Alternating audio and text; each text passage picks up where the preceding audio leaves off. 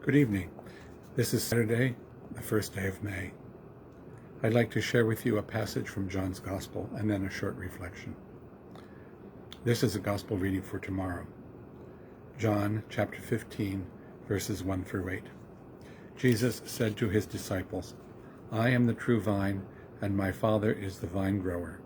He takes away every branch in me that does not bear fruit, and every one that does, he prunes, so that it bears more fruit. You are already pruned because of the word I spoke to you. Remain in me as I remain in you. Just as a branch cannot bear fruit on its own unless it remains on the vine, so neither can you unless you remain in me. I am the vine, you are the branches. Whoever remains in me and I in him will bear much fruit. Because without me, you can do nothing. Anyone who does not remain in me will be thrown out like a branch and wither. People will gather them and throw them into a fire, and they will be burned. If you remain in me and my words remain in you, ask for whatever you want, and it will be done for you.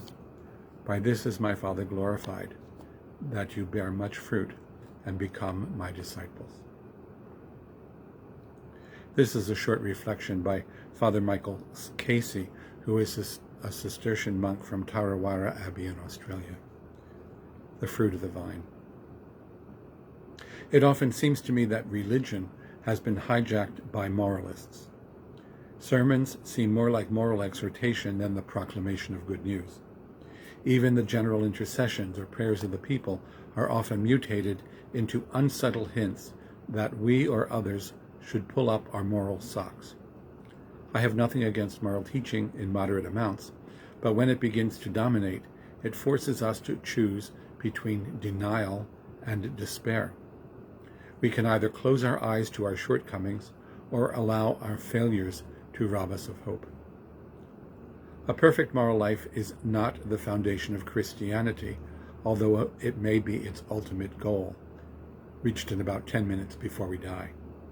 The essence of Christian religion is our being grafted into Christ, allowing the true vine's energizing sap to circulate through our vines, so that all our thoughts, words, and deeds are progressively upgraded and we become more Christ-like.